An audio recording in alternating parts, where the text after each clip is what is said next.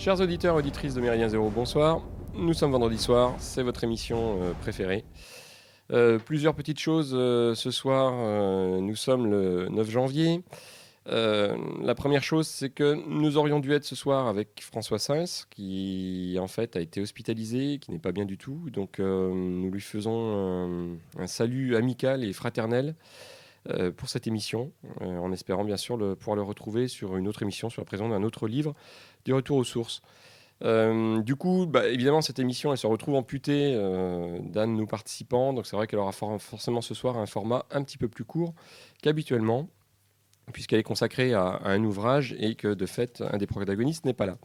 La deuxième chose, c'est que nous enregistrons cette émission, nous préenregistrons cette émission en fait le mercredi 7 janvier. Il y a eu l'attentat contre Charlie Hebdo ce matin, donc c'est vrai que l'ambiance est un petit peu particulière. Bon, on pouvait difficilement ne pas en parler. Alors, ce qu'on va dire les uns les autres ne reflète pas une prise de position commune, ni de Méridien Zéro, ni même collective d'une façon générale. Quand je dis nous, j'ai oublié de les présenter, c'est Piero San Giorgio à ma gauche. Bonsoir. Et Gérard Vaudan, notre dentiste préféré, à droite. Bonsoir. Voilà. Et donc, bon, des réflexions qu'on peut quand même émettre ce soir, sans s'apesantir sur le sujet, parce qu'évidemment, les canons sont encore tout chauds, donc comme d'habitude, il y a beaucoup de choses à dire. Et bon, on verra bien ce que diront les jours plus tard, mais bon, d'une part, c'est vrai que moi, à titre personnel, je peux quand même pas commencer l'émission sans avoir une pensée quand même pour tous ces gens qui sont morts, malgré tout, et pour leurs familles, quel que soit ce qu'on en pense et quel que soit ce qu'on pensait de Charlie Hebdo. Une fois passée cette compassion qui, pour ma part, n'est pas du tout purement politesse, je me réjouis pas spécialement quand des gens sont tués dans mon pays, sur le sol de mon pays. Donc, une fois passé ça, je pense qu'on peut quand même dire un certain nombre de trucs. Premièrement, que évidemment, on pouvait s'y attendre. La litanie habituelle a immédiatement démarré. Le système fonctionne très très bien. Donc, dans l'ordre, on a eu Saint, pas d'amalgame. Ensuite, Saint, République. Ensuite, Saint, on peut les égrener, etc. Et du coup, il y a fort à parier pour que, évidemment, cette litanie, comme d'habitude, soit là pour désarmer toute velléité de dire ou de faire quoi que ce soit. Et ça, évidemment, ce n'est pas une surprise. Gérard ? Une information de poids quand même. Je tiens à préciser qu'à 17h35, on faisait le point. La page Facebook créée ce matin en soutien à la rédaction de Charlie Hebdo compte déjà 110 000 adhérents. Enfin, c'est pas rien. Je pense que ça va sûrement sauver le monde. Comme la manifestation qui est programmée d'ores et déjà par le Parti Socialiste, qui là aussi sera évidemment un grand moment à la fois de litanie et de désamorçage d'une quelconque prise de conscience de quoi que ce soit. Un ami de notre camarade suisse, qu'est-ce qu'il dit, lui, lorsqu'il vient de l'extérieur ? Tout d'abord, c'est que j'ai presque l'impression que chaque fois que je viens sur Paris, je porte la poisse. Je me souviens d'avoir été ici en 95, quasiment chaque fois qu'il y avait un attentat. J'étais ici le jour où Clément Méric s'est suicidé. Je suis ici aujourd'hui. Alors moi, c'est toujours très, très difficile, au-delà évidemment de la pensée pour les familles. C'est toujours tragique de finir sous les balles de manière totalement inattendue, parce que bien que ce genre d'événement, moi je l'avais moi-même prévu il y a quelques temps, sont malgré tout, ça aurait pu être Libération, ça aurait pu être Canal+, ça aurait pu être un ministère, ça aurait pu être n'importe un centre commercial. Moi, la seule chose que j'ai pu remarquer, peut-être c'est peut-être mon œil un peu biaisé, c'est que tout de suite, dans les rares images que j'ai pu voir en allumant une télévision dans ma chambre d'hôtel, c'est que clairement, il y a une manière d'opérer, une manière de bouger qui n'est pas celle de simples personnes comme il y a quelques semaines prennent la voiture et roulent dans un marché de Noël de manière chaotique. Là, on sent qu'il y a une petite formation quand même. Il y a une formation militaire. Alors, moi, j'ai aussi remarqué effectivement cette litanie tout de suite. On peut même le savoir à l'avance, ce que va dire tel ministre, ce que va dire tel responsable d'un parti politique. J'étais très, très critique même d'entendre John Kerry qui s'exprimait en français. Par hasard sur CNN en l'allumant. On le sait à l'avance tout ce qui va être dit. Et en plus, il faut être très, très attentif à pas avoir de jugement hâtif sur qui a fait quoi, qui est derrière ceux qui ont fait quelque chose. Il faut être très, très, très, très attentif à ne pas avoir des conclusions hâtives dans tous les sens, ne pas faire d'amalgame. Et pour une fois, ça veut dire vraiment quelque chose, ne pas faire d'amalgame. Ça peut aller très très loin. S'il y a une chose que nous avons tous appris, je crois, après le 11 septembre, c'est que nous devons tous faire très très attention à nos sentiments lorsque nous voyons des images ou lorsque nous entendons des événements choquants de cette manière, enfin en tout cas brutaux. Et je compatis la réaction que tu as eue. Moi non plus, j'imagine ce que c'est d'avoir un attentat ou une action de ce genre sur le territoire de mon pays. Forcément, j'ai une solidarité très forte qui est le sentiment d'un patriote normal. C'est compréhensible. Toutefois, il faut être vraiment très, très attentif de ne pas avoir de jugement hâtif. On a appris à ne pas à faire attention à ne pas voir les choses autrement que simplement par des faits. On voit 3 individus armés agir. On n'a pas encore tous les faits. Comment ils ont tué ces 12 personnes ou plus et blessé d'autres. Qui ils sont, on ne le sait pas. Il faut être très très attentif et pas se laisser happer justement par cette récupération inévitable et qui est attendue parce qu'on connaît comment le système fonctionne. Et vraiment être très très attentif. C'est vraiment ce qui donc j'ai de la peine à commenter au-delà de ça. Gérard ? Non, moi c'est plus une réflexion, c'est-à-dire que ces derniers temps, on a entendu parler de déséquilibrés qui finalement avaient attenté ou à l'intégrité physique ou peut-être à la vie. Enfin, en tous les cas, avaient essayé d'un certain nombre de Français sur les marchés, sur bref, les gens qui croisaient leur route, etc. Donc là, on était vraiment dans le déséquilibré. Et puis là, soit on a un groupe de déséquilibrés, hein, pourquoi pas après tout, hein, soit on a affaire à des produits pôles, hein, et là, ça pique un petit peu plus. Ce qui est sûr en tous les cas, c'est que je partage effectivement votre analyse, mon cher Jean-Louis Roumégas, parce que d'ailleurs, chers auditeurs, vous ne savez toujours pas que c'est Jean-Louis Roumégas qui est à la barre de cette émission. Mon cher Jean-Louis, vous avez oublié de le dire quand même, hein. C'est terrible. Mais quoi qu'il en soit, voilà, on est plus dans la réflexion. J'ai envie de dire que j'ai lu sur Internet un article cet après-midi, un article du Point ou de l'Express, je crois, bref, qui citait le président de la République, et donc je reprends les termes, hein, qui parle de François Hollande déclare que c'est un attentat. Donc là, effectivement, bravo, fin limier. Après l'inspecteur d'Éric, on a François Hollande, c'est pas mal. Donc c'est un attentat. Ça, c'est le premier élément. Donc c'est quand même, là, on est dans le factuel, effectivement, il ne se trompe pas. Donc c'est un attentat, et derrière tout ça, il continue en disant que, eh bien, il y a eu d'autres attentats les jours derniers qui ont été déjoués. Donc on voit bien qu'on est quand même, sans être Nostradamus, on est dans une situation particulière et dans une époque de tension. Voilà, de tension qui s'exprime violemment au travers notamment de ce genre d'actes de déséquilibrés. Hein, qu'est-ce que vous en pensez ? C'est pas mal ça, non ? Oui, non, mais votre analyse est fine et elle est digne de n'importe quel spécialiste, hein, qu'on va entendre dans les jours à venir, partout, hein, sur France Pipo, sur France 2, TF1, n'importe où. Donc des gens qui sont spécialistes. On n'a jamais eu autant de spécialistes dans ce pays. On n'a pas de pétrole, on n'a rien, mais alors des spécialistes, on en a énormément. Moi, la seule analyse de spécialiste qui m'intéresse un peu, c'est celle qui avait été faite par Arnaud de Robert au Congrès des Nations à Nanterre, hein, celle de fin novembre, dans lequel le camarade Arnaud, que nous saluons, rappelait quand même une chose, qui est que, en tant que tel, hein, l'islam n'est qu'un symptôme, ce n'est qu'une conséquence, et que là, en l'occurrence, ça sera à peu près la même chose pour ce qui vient de se passer aujourd'hui. Il y a en effet des faits, quand bien même ça serait en effet des gens qui seraient motivés par des motivations politiques, enfin politico-religieuses islamistes, ils ne sont quand même que le symptôme. Ils sont là parce qu'il y a un terreau qui leur est favorable, et tant que le terreau sera là, eh bien ces gens-là seront là. Voilà. Alors évidemment, ce qui s'est passé aujourd'hui, ça entre dans une drôle de résonance avec le livre que nous allons évoquer ce soir. Alors c'est pas voulu, hein, c'est pas fait exprès. J'arrête tout de suite toute extrapolation. Ce livre, c'est La Voix virile. donc d'un auteur, Jack Donovan, d'un auteur américain, dont Piero San Giorgio a fait la préface, et c'est évidemment à ce titre qu'on avait envie de le rencontrer, et que François Sainz donc, a édité au Retour aux sources. Alors, ce livre, il est. Donc, on a eu évidemment l'occasion d'en discuter un petit peu avec Pierrot hors antenne, avant cette émission.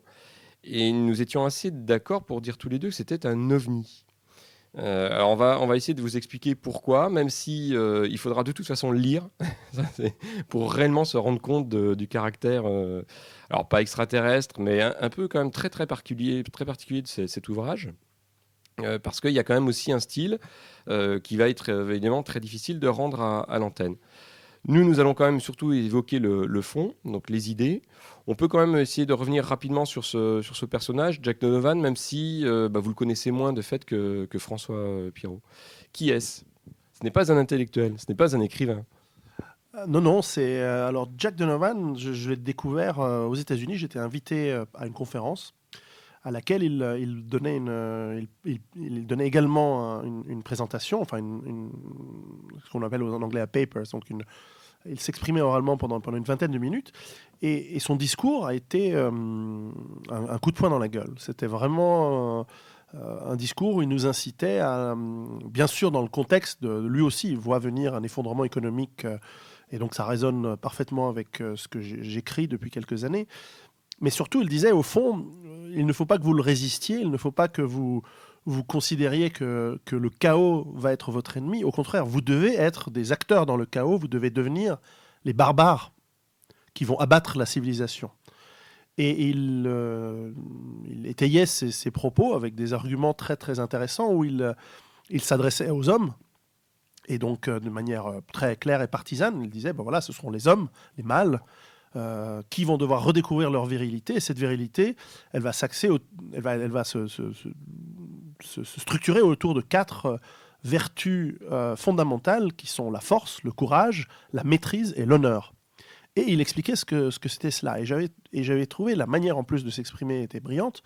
Et donc après son discours, pendant une des pauses, je suis allé le voir. Je lui dis, mais c'est très intéressant ce que tu racontes là. Ça me rappelle mon film préféré, et c'est vrai que mon film préféré est Conan le Barbare, de John Milius, 1982. Et lui, il me dit, ah oui, moi aussi j'adore ce film. Et donc je commence à le dire, ah ouais, j'adore ce film également. Et finalement, il me dit, tu ne l'aimes pas autant que moi. Et il me montre son poing. Sur chaque phalange de son poing, il y a écrit Crom, C-R-O-M, le dieu donc cimérien de Conan. Et bon, nous avons ensuite un petit peu picolé et papoté un petit peu de sa vision. Et évidemment, j'ai lu ses livres.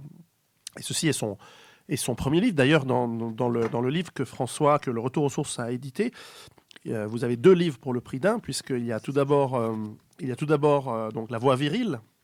Et j'ai réussi à convaincre Jack Donovan qu'on rajoute une sorte de 2e livre qui est en fait un court texte, mais de quand même une bonne 50aine de pages, qui est un article qu'il avait, en fait un livre qu'il a mis en ligne.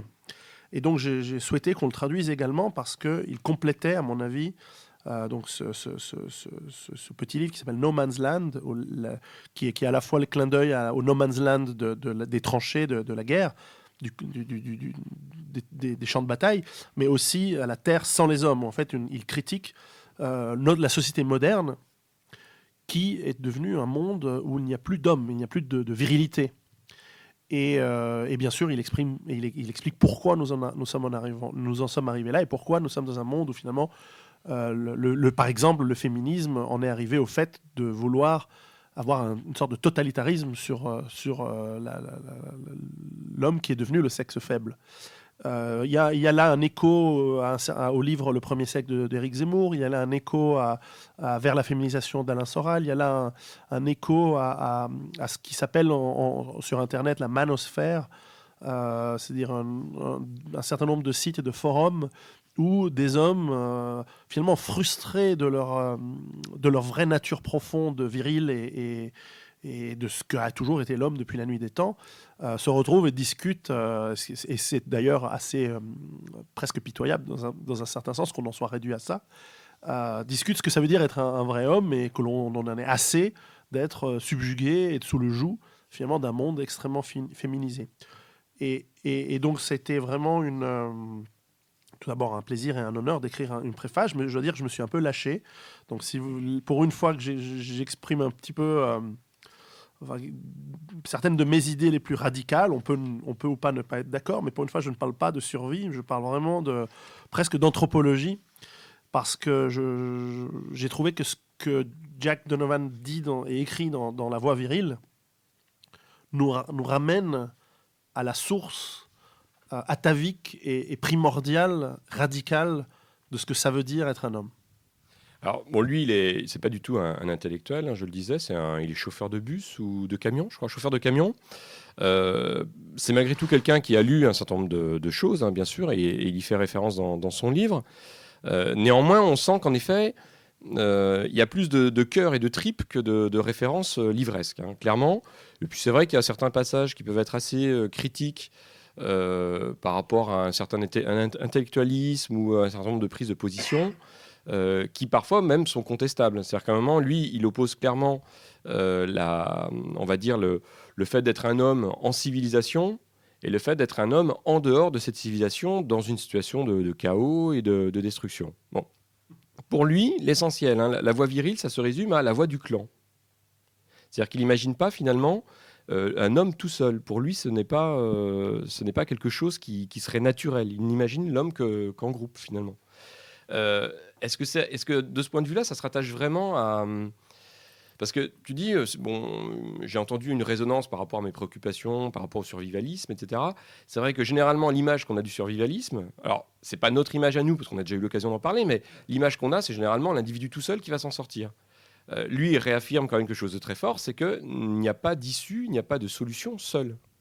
C'est vrai, et en fait, là où Jack Donovan, avec ce livre, La Voix virile, m'a beaucoup interpellé, c'est qu'en fait, son livre commence là où se termine mon premier bouquin, Survivre à l'effondrement économique, où à la fin, tu te souviens, je parle d'un élément essentiel qui est le lien social, qu'on ne va pas pouvoir s'en sortir tout seul dans un monde de chaos. Alors, on a quelques différences, c'est que lui rejette complètement mon approche d'essayer de conserver une sorte de petit îlot, quand bien même ce serait une vallée. Et lui est beaucoup plus radical. Lui dit, bon, à la fin, certes, la technologie, la civilisation nous apportent des bienfaits, mais il faut qu'on soit capable de s'en débarrasser, non pas de vivre nus dans des tipis, des huttes dans la forêt ou dans la savane, mais de comprendre que la survie n'est rien si nous ne sommes pas capables, entre hommes, d'avoir un clan fort, hiérarchisé, où nous allons nous confronter, où nous allons même comparer nos qualités, ces vertus primordiales, donc force, parce que la force est fondamentale dans la survie, le courage, parce que les compétences de chef, de leader, vont aussi se montrer par le courage de prendre certaines décisions, le courage de certains actes, de maîtrise, la technicité, c'est-à-dire que celui qui est plus avant, qui est meilleur à atteindre des objectifs, à chasser, à défendre le groupe, etc., va avoir plus de cette maîtrise, cette compétence, elle a de la valeur. Et puis l'honneur, qui est aussi une des vertus qui, lorsque l'on regarde aujourd'hui autour de nous, a complètement disparu, mais qui est une valeur fondamentale et qui d'ailleurs explique un certain charme que peuvent avoir certains groupes, on en parlait tout à l'heure, terroristes à travers le monde. C'est aussi parce qu'il y a un certain panache, un certain romantisme lié à l'honneur qui est quelque chose qui appelle et qui résonne aux hommes. Et ce qui n'exclut pas qu'il y ait des femmes qui survivent avec les hommes. Mais lui ne parle pas des femmes dans ce livre. Il a une approche en disant fondamentalement ce qui permet à des sociétés d'être créées, ce sont des hommes. Et ce qui peut-être permet ensuite à ces sociétés de perdurer, évidemment, et de se transmettre, évidemment, ce seront les femmes. Et d'ailleurs, il cite un exemple qui est un exemple qui m'est cher, puisque c'est une histoire que me racontait mon papa depuis que je suis tout petit. C'est l'histoire de la fondation de Rome, telle que en fait, elle est relatée par Virgile ou Tite-Live, je me souviens plus. Mais enfin, la fondation de Rome, c'est Romulus et Rémus.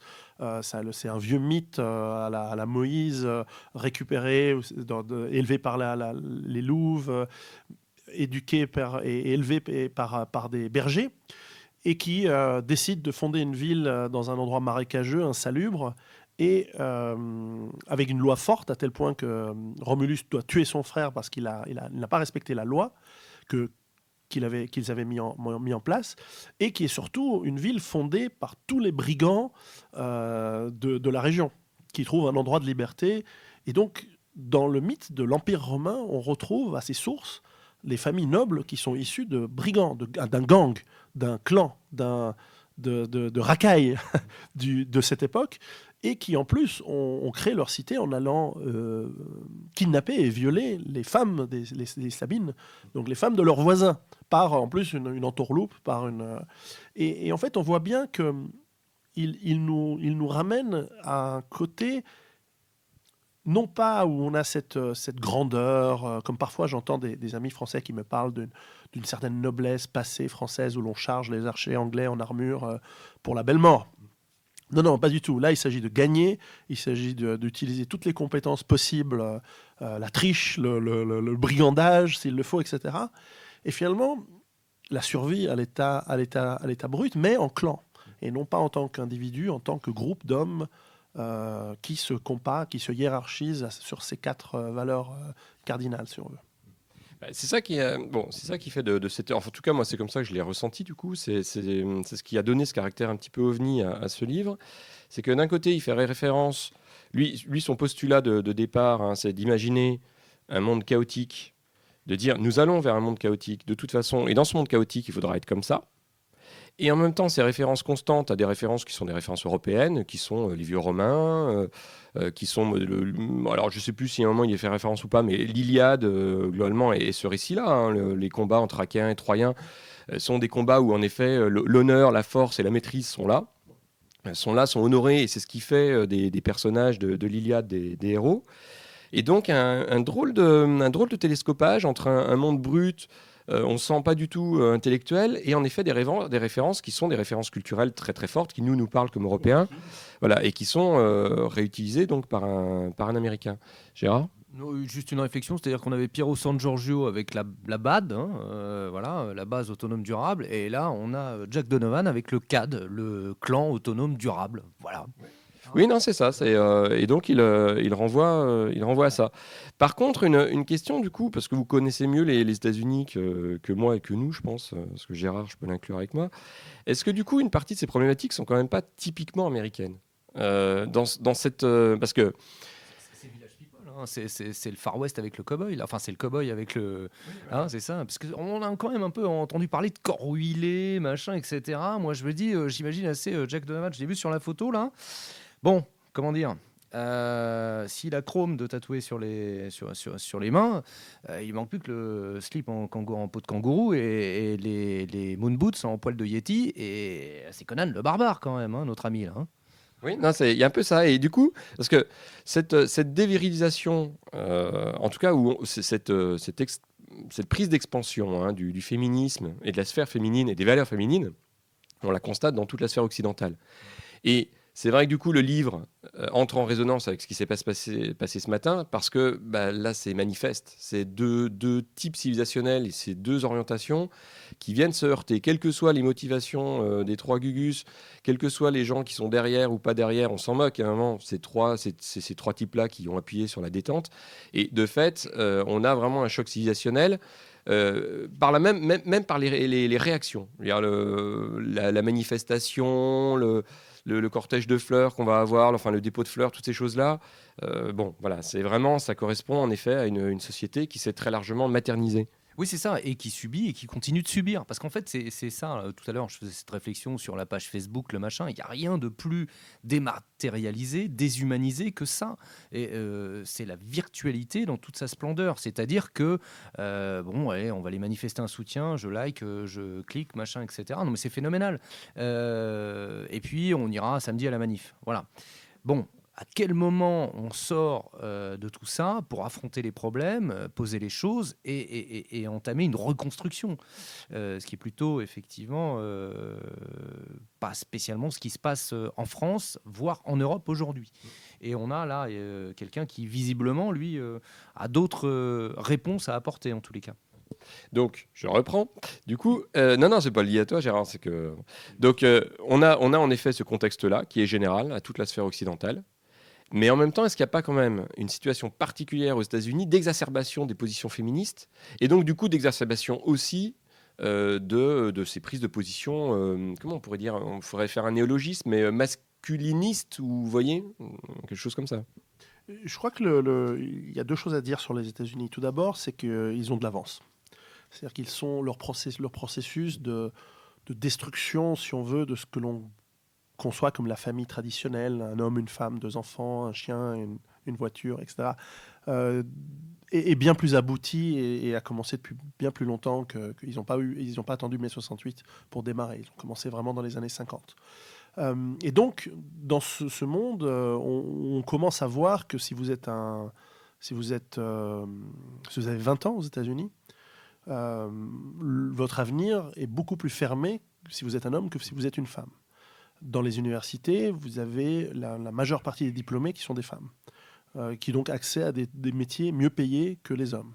Alors, à part exception, et d'ailleurs les métiers les mieux payés restent des métiers qui sont plutôt réservés aux hommes encore aujourd'hui, mais on va dire que tout ce qui est intermédiaire et intermédiaire supérieur, cadre, à part l'ingénierie, mais comme nous sommes dans des sociétés extrêmement financiarisées, aujourd'hui on voit que la banque, la finance, le marketing, les relations publiques, tous les métiers, dans toutes ces industries, les cadres et les cadres sup sont tous des femmes, de plus en plus, une grande majorité. Et on le voit au niveau des diplômes. Donc et pour les métiers plus manuels, effectivement, les hommes se retrouvent de plus en plus, pas à la marge, mais en tout cas défavorisés par rapport aux femmes.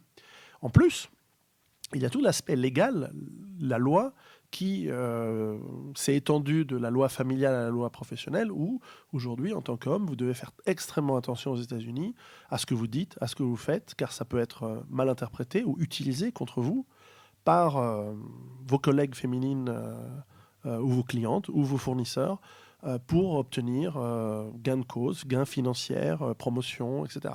C'est un monde où la loi n'est pas forcément là pour protéger les femmes, mais clairement, elle est là et elle peut être utilisée pour faire du mal aux hommes. Et c'est probablement, comme c'est une société beaucoup plus judiciarisée qu'en Europe, ils sont en avance de ce côté-là. Donc ça, c'est un premier élément qui probablement explique qu'il y ait cette action-réaction, donc, et que ce qu'écrit Jack Donovan est une manière extrêmement radicale de réagir à cet état de fait. Un deuxième élément aux États-Unis qui est peut-être plus récent, c'est que, et moi je l'ai remarqué les quelques fois où je suis encore allé aux États-Unis en 2014, c'est que l'on voit l'écroulement définitif et final du rêve américain. Plus personne n'y croit. À haut niveau, comme à bas niveau social. Que vous soyez un chauffeur de bus, de taxi, ou un ouvrier, ou un avocat d'affaires, ou un banquier, ou un cadre dans une entreprise, vous n'y croyez plus. Plus personne y croit. Tout le monde s'est fait avoir. Tout le monde a compris qu'ils vivent dans un monde de mensonges, de médiatisation fausse, de faux patriotisme, de guerre organisées à travers le monde pour des raisons qui sont fallacieuses et qui en tout cas ne correspondent pas à ce pourquoi on leur a vendu. On voit également des familles, dans l'immense majorité, complètement endettées pour leur maison, pour leur carte de crédit, pour leurs achats quotidiens, pour leur consommation. Et donc, eux et leurs enfants voient un avenir qui n'est plus meilleur que... C'est la première génération qui sait qu'elle va vivre moins bien que celle que ses parents. Et aux États-Unis, pays qui n'a pas connu la Deuxième Guerre mondiale, qui n'a pas connu la Première Guerre mondiale, et quoi qu'on en dise, même si leur traumatisme lié au Vietnam a fait la gloire d'un Oliver Stone ou d'autres cinéastes, ce n'est rien du tout. C'est le Vietnam pour les États-Unis, c'est comme la guerre d'Algérie pour la France. C'est pas l'occupation allemande, c'est pas les bombardements, ça reste rien du tout par rapport aux souffrances qu'ont pu connaître les Européens. Et donc, depuis la fondation des États-Unis, avec peut-être la guerre civile comme étant vraiment un vrai choc, chaque génération a vécu mieux qu'avant. Or, aujourd'hui, c'est plus le cas. Et donc, tout ce qui fonde les États-Unis, y compris cette féminisation de la société, est totalement remis en cause, de manière fondamentale. Sauf que peu d'intellectuels aux États-Unis la remettent vraiment en cause. J'ai pu rencontrer et interviewer, par exemple, Noam Chomsky, et clairement, parmi les choses très intéressantes qu'il a dit, il y a aussi des choses qui m'ont montré que c'est quelqu'un d'arrière-garde maintenant. Je ne veux pas être prétentieux non plus, mais ça reste quand même... Mais enfin, on voit qu'il ne remet pas en cause le féminisme, il ne remet pas en cause toute cette philosophie et ces idées qui sont venues des années 60-70. Là, vous avez quelqu'un de jeune qui vient de la classe ouvrière, qui est un manuel, qui est un autodidacte, et qui non seulement remet en cause de manière radicale les choses, mais surtout n'est pas là pour débattre. Et ça, c'est quelque chose que j'aime beaucoup. Il affirme. Et il dit, voilà, être un homme, être viril, c'est ça. Et bon, c'est quand même un livre assez dense, c'est bien 260 pages. Il explique, voilà, si vous voulez être un homme, voilà quelles sont vos compétences et vos qualités minimum requises. Et d'une manière assez brutale, hein, je suis d'accord qu'il a un style très cru, tout en étant assez, sans être vulgaire, hein, mais assez brutal. Voilà, il dit, voilà, nous respectons et je ne sais pas si vous avez beaucoup de femmes qui nous écoutent ce soir, mais si vous êtes un homme, et je pense que vous êtes la majorité, millions, Pierrot, si vous êtes parmi les millions d'hommes qui nous écoutent ce soir... Non, les millions de femmes. Mais vous le savez, en tout cas pour les hommes, vous savez que vous respectez quelqu'un de fort, vous respectez quelqu'un qui a une maîtrise de ses compétences, vous respectez quelqu'un qui a de l'honneur. Et ça, c'est vrai que ce n'est pas la manière dont le monde aujourd'hui valorise ce qui est ou non respectable, ce qui a de la valeur. Pas du tout. C'est complètement à contre-pied. Alors peut-être que les plus âgés d'entre nous se souviennent d'avoir de discussions avec leur père ou leur grand-père où ces valeurs étaient présentes. Mais chez les plus jeunes d'entre nous, vous allez peut-être trouver ce livre très rafraîchissant et peut-être vous donner une perspective, pas pour discuter avec vos amis ou avec votre famille lors d'un dîner de famille. Au contraire, simplement pour vous rappeler ce que ça veut vraiment dire d'être un homme. Ce n'est pas être contre les femmes. D'ailleurs, il ne parle très peu de femmes. Ni par mépris, mais simplement, il dit que ce n'est pas pertinent d'en parler. Nous devons faire un saut, faire une itération, un saut qualitatif en arrière, si on veut, pour revenir à nos racines de viril. Bah, il en parle en évoquant en fait des archétypes, en disant voilà, considérant que la force, l'honneur, la maîtrise le courage sont des valeurs qui viennent du plus lointain de l'humanité. De fait, le partage, par exemple, social, le statut social est aussi quelque chose qui vient du plus loin de l'humanité. Et par exemple, le fait que les femmes avaient la charge des enfants parce que ce sont elles qui les mettent au monde et c'est donc elles qui savent qui est leur enfant, font qu'elles avaient une latitude, une possibilité, par exemple, de fuite ou d'action physique qui était bien moindre que les hommes. Et ça, là-dessus, ça reste une vérité. L'autre chose qu'en effet, j'ai trouvé intéressant dans ce rappel de fondamentaux, c'est qu'en effet, on est dans une société où très souvent, il y a des bons fondamentaux et ceux qui ne le sont pas. Je m'explique. Je lisais très récemment un article qui n'a rien à voir avec ça, qui portait sur le sommeil, sur la fatigue. Et un des responsables, un des scientifiques interrogés sur le sommeil disait, vous savez, le cerveau humain n'a pas beaucoup changé depuis la préhistoire. Et globalement, certains d'entre nous, par exemple, qui ont un sommeil léger, c'est simple. C'est qu'autrefois, et en particulier durant toute la préhistoire, la tribu elle avait besoin de guetteurs, elle avait besoin de gens qui soient sur leur garde la nuit. Et donc, il y avait un certain nombre d'individus. Alors, ça pouvait être un homme, ça pouvait être une femme. Ça, par contre, ils n'ont pas dans leurs études, ils n'ont pas de détermination sexuelle par rapport à ça. Mais il y avait toujours un petit nombre d'individus qui avaient le sommeil plus léger que les autres et qui, en gros, étaient le guetteur de la tribu. Et ce scientifique, je ne sais plus son nom, scientifique français, qui travaille sur le sommeil, disait ça n'a pas beaucoup bougé. Et des gens qui ont un sommeil léger encore aujourd'hui, c'est des archétypes qui restent, quoi. C'est des positions mentales qui restent et qui font qu'à un moment, ça ne change pas. Donc ça, ok. Alors ça ne change pas pour le sommeil. Par contre, à un moment, si on discute avec un certain nombre de personnes de ça, de l'importance, de la force, du courage, de l'honneur. Là, par contre, non, c'est totalement dépassé. Ça, c'est plus vrai. Et donc, de ce point de vue-là, je trouve que le livre en effet a un grand mérite. Et je suis d'accord avec toi, il est rafraîchissant. C'est un moment de dépoussiérer, de dire attention, il y a ces choses-là. Et ces choses-là, ce n'est pas les horribles choses qu'on vous a décrites depuis maintenant, en effet, plusieurs années, voire plusieurs dizaines d'années. Ce sont des fondamentaux. Et ça, en effet, c'est intéressant. Par contre, là où je suis un petit peu moins d'accord avec ce que vous disiez, Pierrot, c'était par rapport au fait que les États-Unis... C'est vrai que les États-Unis, ça a sans doute commencé, leur féminisation de la société a sans doute commencé plus tôt. En même temps, quand on prend des films américains des années 50, et pas besoin de prendre des choses très extraterrestres, il suffit de prendre quelques bons films de John Wayne, John Ford, il y a quand même des figures masculines qui, encore à cette époque-là, sont des belles figures masculines. Oui, c'est vrai. C'est vrai, et probablement parce que la féminisation aux États-Unis, elle a commencé dans les campus universitaires, et elle n'est pas arrivée sur Hollywood si tôt, c'est vrai. Je pense que le début du féminisme, on voit même la théorie du genre, par exemple, qui est très à la mode en France en ce moment, a commencé sur les campus universitaires vraiment dans les années 50. On se rend compte que ça remonte à très très loin. Mais il a fallu attendre, je sais pas, probablement les années 80 avant qu'on commence à avoir des films avec des travestis, avec des transgenres au cinéma aux États-Unis. Il y a clairement un aspect commercial à Hollywood qui fait qu'on ne va pas non plus faire quelque chose de trop radical. Et je pense qu'effectivement, des films qui montreraient des hommes soumis aux femmes dans les années 50 n'auraient pas fonctionné. Mais d'ailleurs, on remarque, et je crois que sur Méridien Zéro et à ceux qui vous écoutent, il y a énormément de fans de séries américaines. J'allais en parler.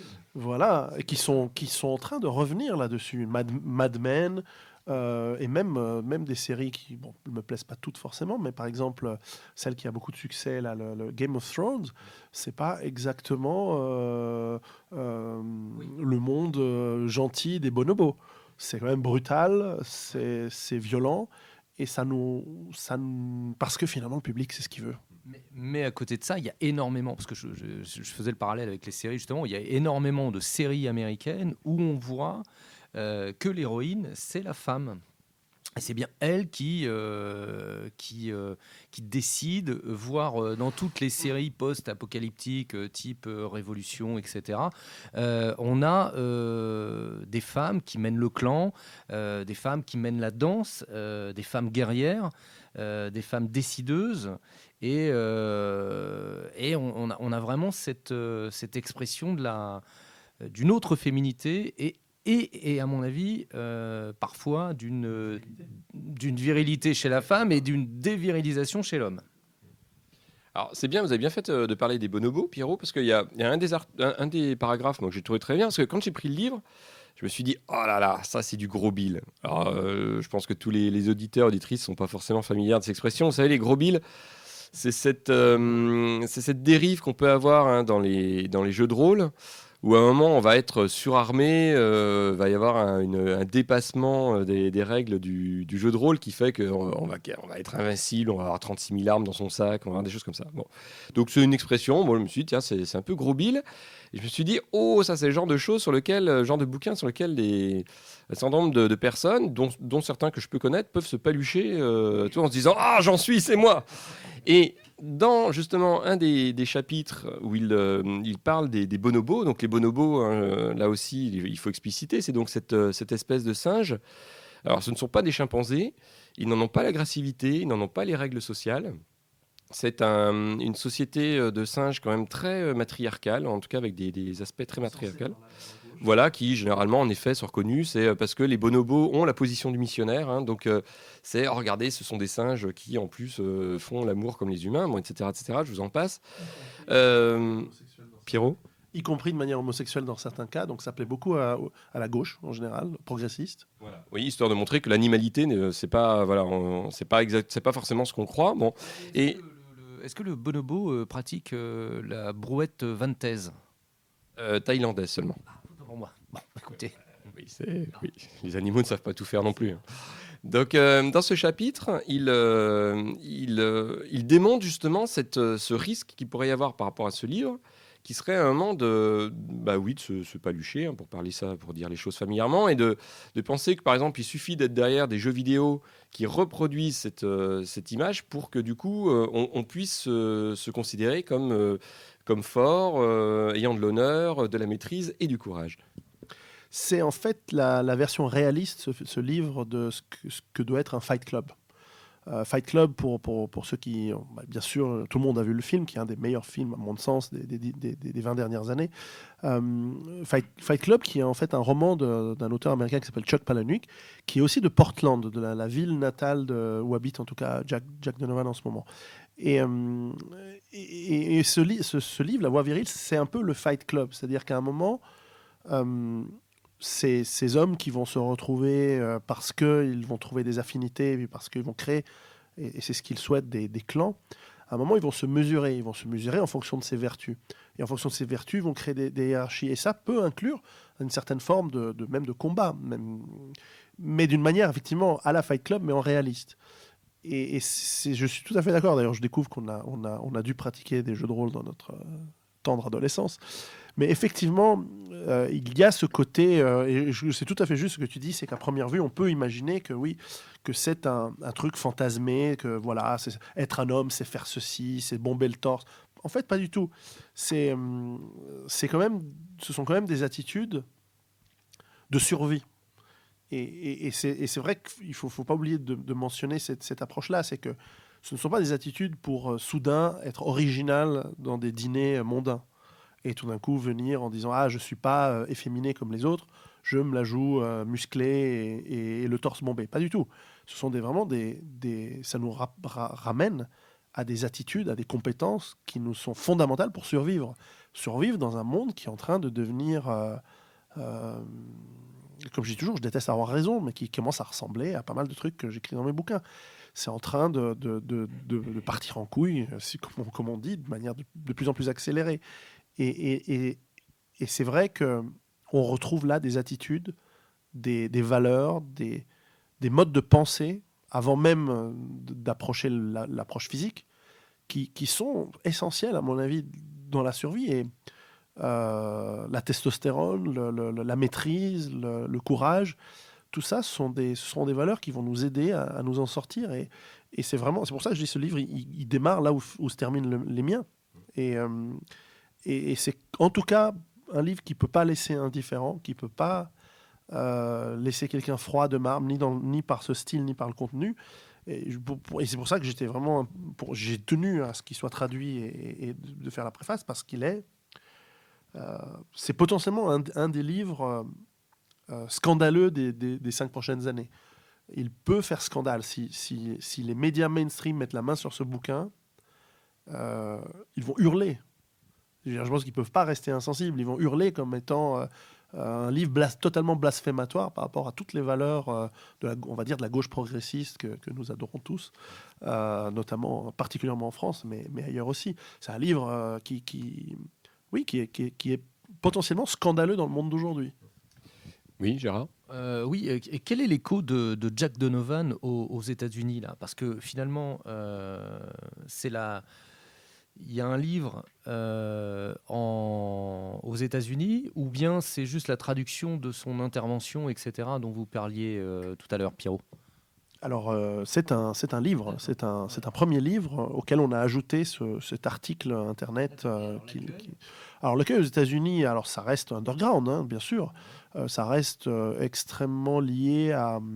Il a eu 2 marchés. Il a eu, de ce que j'ai pu comprendre. Tout d'abord, il y a cette manosphere, comme ils appellent ça aux États-Unis, c'est-à-dire cette sphère internet de blogs et de forums de mâles et d'hommes qui en ont marre, qui se plaignent. D'ailleurs, il en fait un peu la critique, d'ailleurs, en disant mais c'est pas de se plaindre sur Internet, sur des forums, qui va changer quoi que ce soit à votre vie. Au bout d'un moment, il faut agir. Et il vous dit voilà comment agir. Il a eu un succès certain dans ce microcosme aux États-Unis.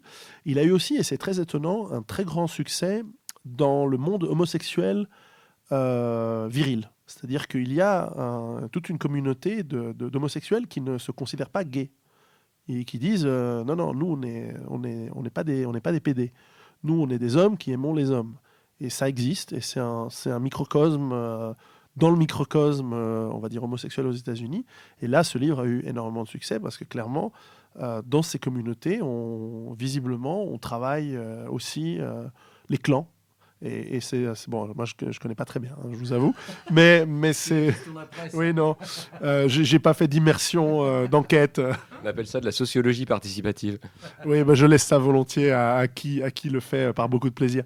Mais enfin, je remarque que c'est intéressant. Et d'ailleurs, ça va être quelque chose qui d'ailleurs c'est quelque chose qui a déboussolé pas mal de critiques usuelles que l'on a d'ailleurs autour de la plupart des livres d'auteurs que vous accueillez sur votre antenne, où souvent rien que le fait de retourner à des racines, d'être radical justement, vous met par-dessus une étiquette de, par exemple, homophobe. Ce qui n'est pas du tout, d'ailleurs, par exemple, c'est pas mon cas, et c'est évidemment pas le cas de Jack Donovan, bien que lui, par exemple, clairement dit je ne suis pas un gay. Parce qu'il faut savoir que Jack Donovan n'est pas un homme qui aime les femmes, mais il dit je ne suis pas un gay, il le considère comme une insulte. Et c'est très paradoxal d'ailleurs, c'est tout à fait fascinant, et ça fait partie aussi de cette complexité mystérieuse qu'il y a autour de cet auteur, qui est à la fois capable d'écrire ce qu'il écrit, et il y a des moments, c'est vraiment énorme. C'est tellement différent de la doxa politiquement correcte d'aujourd'hui. Et en même temps, justement, il y a ce paradoxe de sa vie personnelle qui est assez étonnante. Bah, oui, c'est d'autant plus éloigné de la doxa que il y a quand même plein de fois où ce n'est que du bon sens. Hein. En particulier sur les 4 valeurs. Il fait un moment, il fait parfois certains retours sur l'histoire, mais pas tant que ça. Il n'y a pas besoin, parce qu'en effet, on le constate quand on réfléchit un tout petit peu sur la façon dont fonctionnent les groupes sociaux dans lesquels nous vivons les uns et les autres. Que ce soit, mais même par exemple un groupe militant, les choses se font comme il le dit. Entre hommes, les choses se font comme il le dit. Il n'y a que dans le monde politique, on va dire centriste ou démocratisé, où à un moment, en effet, ça peut être celui qui éventuellement n'a que la plus grande gueule et n'a pas l'honneur et la maîtrise qui vont avec, ou qui a plus d'argent, ou quelqu'un qui est par exemple un chéquier et qui est capable de régler la dette de son parti et en sortant un chèque de 300 000 euros. Des gens comme ça, hein, oui, c'est un exemple parmi d'autres, voilà, où ces gens-là arrivent en hiérarchie, à la tête de la hiérarchie, parce que pour le reste, sur la façon dont se font nos relations sociales, elles sont très largement calquées. Enfin, globalement, il ne fait que lire la façon dont ça se passe réellement. Ça en dit long, justement, sur l'état de santé mentale et de manque de concret, du réel, de la doxa dans laquelle nous vivons. Et pour moi, ça en dit long sur le retour de pendule qu'on va se prendre collectivement à vitesse grand V dans la gueule. C'est inévitable que cet irréel, confronté tôt ou tard au réel par l'effondrement de l'économie, des structures sociales, etc., va nous renvoyer dans la gueule à 10 000 km/h le pavé de ce genre d'idées. Bon, qui en plus est intéressant parce que mais ça rejoint un petit peu ce qu'on disait tout à l'heure. C'est une invitation à travailler sur soi. C'est pas, il le dit, vraiment, les choses elles sont pas toutes crues. Bien sûr, il y a des fondamentaux qui sont liés à l'identité masculine. Après, cette identité, on pourrait retomber sur le débat acquis, inné, acquis. Bien sûr, théoriquement, elles sont innées. Sauf que, on le sait bien, en fait, ce sont des valeurs et des modes de comportement qui s'acquièrent et qui doivent se travailler constamment pour qu'en effet, on les maintienne. Ça tombera pas tout cru, ça tombera pas seulement en poussant de la fonte ou en effet en jouant aux jeux vidéo. Ça fait 2 fois qu'on vous reçoit pour une préface, Pierrot. Vous avez un projet à vous en cours ou pas ? C'est-à-dire que, oui, j'ai beaucoup de projets, mais c'est-à-dire qu'en 2014 a été rempli... Excusez-moi, il faudrait éviter les caricatures, hein, parce que de nos jours, caricature de travers. Je sais, mais c'est pas en dehors de mon actualité, parce que c'est vrai qu'en 2014, j'étais un petit peu occupé avec l'arrivée de mon 4e gamin. et que je suis un homme moderne, donc je m'en occupe autant que mon épouse, d'autant que c'est surtout elle qui bosse. Donc voilà. Bah, comme nous tous, comme tous ces gens qui passent derrière le micro, sauf peut-être Monsieur PGL. Non, j'ai rien dit. Et c'est pas lui qui est avec une Ukrainienne, le saint homme. Mes projets, tout d'abord, sont après la sortie en italien de mon premier livre. J'ai travaillé sur la sortie. Là, on va sortir le livre en langue arabe, en langue russe. Et on travaille sur d'autres. On est en train de traduire le Rue Barbare en anglais. Moi-même, je travaille sur 2-3 autres projets, mais qui sont encore un peu lointains, mais qui touchent d'ailleurs ce que fait Jack Donovan d'un certain point de vue, puisque j'essaie d'aller sur l'aspect anthropologique de l'être humain, de la survie, de qu'est-ce que ça veut dire, quels sont les comportements qui maximisent nos chances de mieux nous en sortir. Et c'est vrai qu'on retombe souvent sur le social, on retombe sur la santé, on retombe sur la préparation physique, on retombe sur voilà, qu'est-ce que ça veut dire une activité physique efficace, etc. Et puis, j'ai ma ferme, comme le reste. Mais c'est vrai que autant en 2014, j'ai eu peu le temps d'écrire, et à part ces préfaces de cet excellent livre de Jack Donovan et aussi le très excellent livre de James Howard Kunstler, qui d'ailleurs n'avait pas prévu, j'en discutais avec lui hier, n'avait pas prévu des attentats en France. Il disait non, mais en 2015, il y aura un certain nombre de choses qui correspondent à ce que je prévois également. Et moi, je dis non, mais tu as oublié les attentats en France. Moi, je pense qu'il va y en avoir en France et ailleurs en Europe. Et il l'avait loupé. Donc, je suis content. Je lui ai rappelé ce matin. Je lui ai dit, tu vois que j'avais raison, malheureusement. Sinon, voilà, ça c'est un peu. Je n'ai pas d'actualité. Je n'en aurai que très très peu en 2016. Il y a malheureusement beaucoup de préparation, beaucoup de travail, parce que le monde devient de plus en plus chaotique, de plus en plus complexe. Et je dois travailler moi aussi avec mon clan et les gens autour de moi et il faut que je maintienne ma hiérarchie, hein, parce que le challenge, le défi à ma hiérarchie est là dans mon clan. Il faut faire gaffe. Gérard ? Oui, par contre, ça m'interpelle. Une traduction en arabe, c'est pas une réflexion d'un raciste primaire, c'est juste ça m'interpelle. C'est-à-dire, ça veut dire de la diffusion dans les pays arabes. Alors là, dommage que François ne soit pas là, parce que j'aurais bien voulu évoquer ça. Le travail de diffusion dans les pays arabes, ça m'interpelle. Ça ne doit pas être simple, et voilà. En fait, c'est ni moi ni le retour aux sources.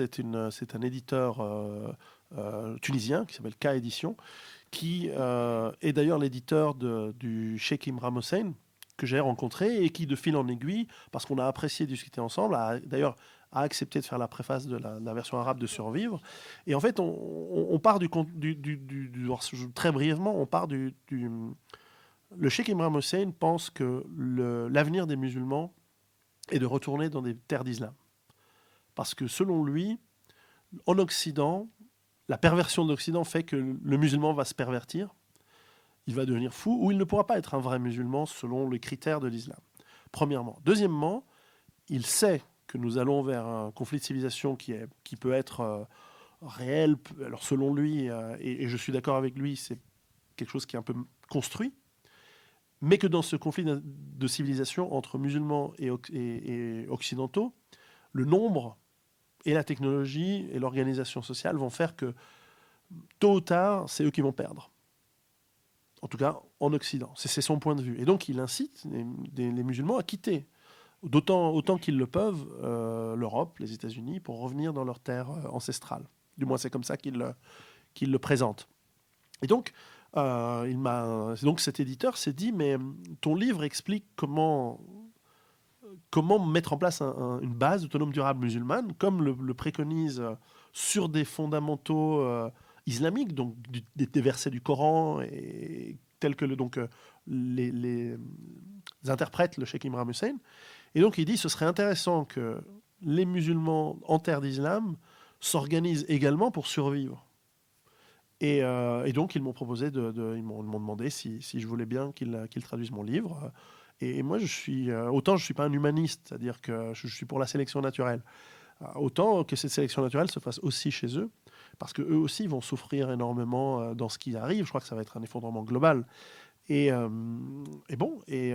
Si eux s'en sortent mieux, qu'ils sont mieux organisés dans le chaos qui arrivera chez eux, peut-être que ce seront les meilleurs qui s'en sortent et ce seront des gens avec qui on va pouvoir discuter entre hommes virils et entre hommes capables d'avoir survécu au chaos qui arrive. Alors ça va très loin, mais moi je ne vois pas les musulmans ou l'islam comme mon ennemi du tout. Au contraire, je pense que ce sont des gens avec qui on peut bien s'entendre, à partir du moment où on a bien compris, mais à partir du moment que nous aussi, nous apprenons à être des hommes droits, virils, responsables et respectables, comme eux pourront le devenir aussi. Et donc, il y a, à mon avis, un saut qualitatif que nous pouvons faire, nous, mais qu'eux peuvent faire aussi, et j'espère que mon livre peut y contribuer, toujours très modestement. Oui, non, chacun chez soi, avec ses valeurs traditionnelles et qui constituent le fondement civilisationnel. Voilà, mais chacun chez soi. Donc, de ce point de vue-là, oui, Gérard. Je voulais aussi revenir sur, par rapport à Jack Donovan, quand vous l'avez rencontré, Pierrot, donc il vous connaissait ou pas ? Enfin, je veux dire, il avait lu vos ouvrages, il connaissait vos ouvrages. C'est juste pour aborder la partie survivalisme, effectivement, on l'a développé un petit peu là. Je voudrais savoir qu'est-ce qu'il en pense là, comment il voit ça. C'est-à-dire qu'après, lui, à un moment, vous pensez à l'après, et lui, il est, il y est déjà, mais finalement, si cet effondrement arrive, si tout s'écroule, il fait comment, lui ? Il a réfléchi à tout ça ou pas ? Alors, il ne me connaissait pas parce que je l'ai rencontré pratiquement la semaine où mon livre est sorti aux États-Unis. Il a lu et il m'a dit avoir apprécié mon livre, dans la version anglaise donc, de mon livre, de Survivre. Et on en a discuté. Lui se considère totalement comme aussi un survivaliste. Vous savez, on est tous avec des étiquettes multiples, on est d'accord.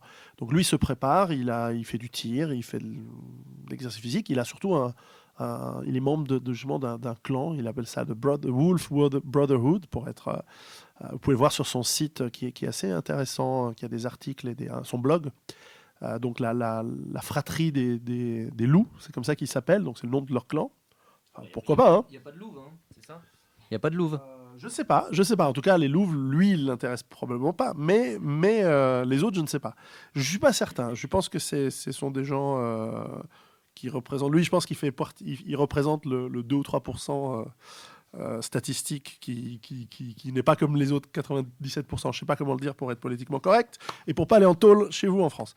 Maintenant, d'abord on dit plus louve, on dit parent numéro 1 chez les loups. Ou parent numéro 2 chez les loups. Bref, lui se prépare, il se considère survivaliste, il fait du tir, il est totalement synchrone avec ce que disent la plupart des auteurs survivalistes américains. Il était totalement synchrone, il a beaucoup aimé le concept de base autonome durable. Il trouvait que ça résonnait bien avec son approche. Sa critique très amicale qu'il m'a fait, c'est de dire c'est probablement encore trop civilisé. Il faut que tu apprennes, Pierrot, à être encore plus barbare que ça. Il faut que tu deviennes, comme moi et comme Conan, un vrai cimérien adorateur du dieu Chrome et prêt à écraser les ennemis et entendre les lamentations de leurs femmes. Oui. Évidemment. Et là, Gérard, il est calmé, là. Okay. Non, mais c'est vrai que ça... on le disait tout à l'heure, mais c'est vrai que en effet, c'est un des aspects qui fait de ce livre quelque chose qui n'est pas réellement un livre. C'est en effet sa critique et ses attaques sur, à un moment, ce qui peut constituer les valeurs civilisationnelles, enfin les valeurs qui s'acquièrent dans la civilisation, qui sont aussi, je sais pas moi, le fair play, des choses comme ça. Tout. Là, faut oublier, ça ne fait pas partie. Ça dépend. Je pense que encore que moi, dans le livre, il est dit à un moment que le fair play fait partie de l'honneur. C'est-à-dire que par exemple, il le cite. Et d'ailleurs, c'est un sujet qui m'est cher puisque mon 4e enfant s'appelle Hector. Et il le cite dans l'Iliade. Le personnage principal, c'est celui qui meurt, c'est Hector, qui est le plus digne, le plus courageux, celui qui a le plus d'honneur, et qui se sacrifie pour sa ville, pour sa cité, pour son peuple. Et ça, c'est hautement respectable. Et d'ailleurs, on en parle encore aujourd'hui. Et en fait, quand on lit l'Iliade, on se rend compte qu'Achille, c'est un peu un connard. Et c'est vraiment... Alors que c'est censé être les héros des Grecs, et pourtant, c'est les Grecs qui gagnent, c'est eux qui ont écrit l'histoire. puisqu'ils ont gagné. Et malgré tout, c'est le perdant, c'est Hector, le gagnant. Alors, je ne sais pas comment on va écrire l'histoire de Ben Laden dans 2000 ans. Mais enfin, il y a clairement un aspect fair play à partir d'un certain moment. À partir d'un moment où on est dans une certaine forme de conflit. Mais clairement, c'est subordonné au fait que la survie du groupe passe avant. C'est-à-dire qu'il faut gagner. Très bien. Bon, eh bien, Gérard, un dernier mot? Non, c'est bon? Parfait. Pierrot, un grand merci. Donc, on rappelle, Jack Novan, La Voix Virile, Au Retour aux Sources.